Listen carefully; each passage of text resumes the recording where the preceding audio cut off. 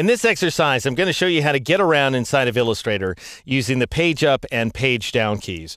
And this is one of those features that has changed very much for the better inside of Illustrator CS5. Now, I'm currently zoomed in to 268%, fine. I'm going to go in a little closer here by pressing Control plus or Command plus a couple of times so I can view this palette photograph in all of its glory at the 400% zoom ratio. All right, if you press the page down key, you're going to go down one chunk inside of your illustration. If you press page up, you're going to scroll up one chunk, like so.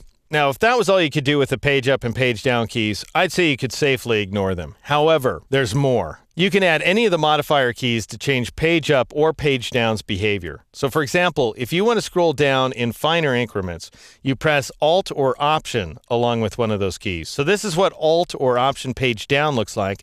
This is Alt or Option page up. So just a tiny little increment.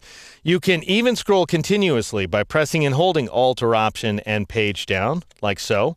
And you can scroll up continuously by pressing Alt or Option along with the page up key. Now, what about side to side? Because we don't have page left and page right keys on our keyboards. Well, if you press Control page up, that would be Command page up on the Mac, you'll scroll one big increment over to the left.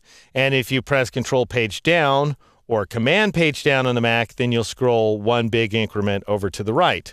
If you want finer control, then you add the Alt key or the Option key on a Mac. So this is the result of pressing and holding Control Alt page up. That's Command Option page up on a Mac. And this is Control Alt page down or Command Option page down on the Mac.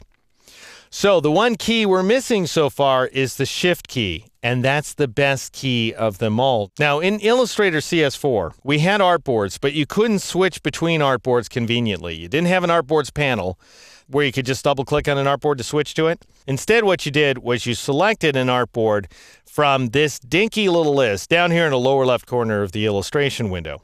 And then, of course, you can choose an artboard to go to it. So it works, that's fine. You also have these itty-bitty controls for next, to go to the next page, for example, or to go to previous, to go to the previous page, or artboard if you prefer.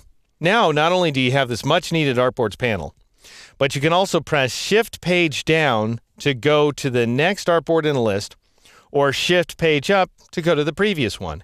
And not only do you move to the next or previous artboard, but you also zoom in on it. So for example, here I am on artboard number 3. If I press Shift page up, I'll go to artboard number 2, then Shift page up again takes me wide to artboard number 1 because Illustrator is automatically fitting the artboard inside of the window. Although I don't think you'll find this very useful, but just in the name of comprehensive coverage, you can press Control Shift page down or Command Shift page down in order to move to the very last artboard in the list, and Control Shift page up or Command Shift page up takes you to the very first artboard in the list.